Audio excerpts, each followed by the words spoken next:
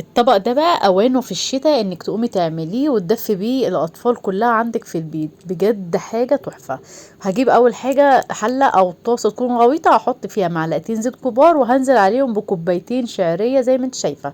هقلبهم لغاية لما ياخد اللون الذهبي الفاتح، وهوريكي في الخطوات انا هعمل ايه. اول ما ياخد اللون الذهبي الجميل ده هبدأ انزل عليهم بكوباية الا ربع سكر، والسكر ده حسب الرغبة، ممكن تقلليه ممكن تزوديه.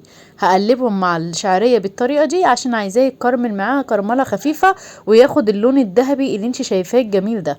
بس اول بقى ما اخد اللون الجميل ده هبدأ انزل عليه بلتر من اللبن. كوبايتين الشعرية كبار دول اخدوا معايا لتر من اللبن، وبجد كان هايل وطعمه خطير. اول ما يغلي معايا على النار هطفي عليه، وانزل عليه برشة فانيليا كده صغيرة انكه بقى الطعم بتاع الشعرية باللبن. بس. وهبدأ اصب بقى هبدأ بقى اصبه كده في الكوبايات او الاطباق اللي موجودة عندي، وهقدمه لهم وياكلوه كده ويتدفوا. بجد ده اوانه بجد في الشتاء انك تقدميه لاطفالك. جربي الوصفة وقولي رأيك فيها ايه، واشوفكم على خير في وصفات جديدة من وصفاتي. باي باي.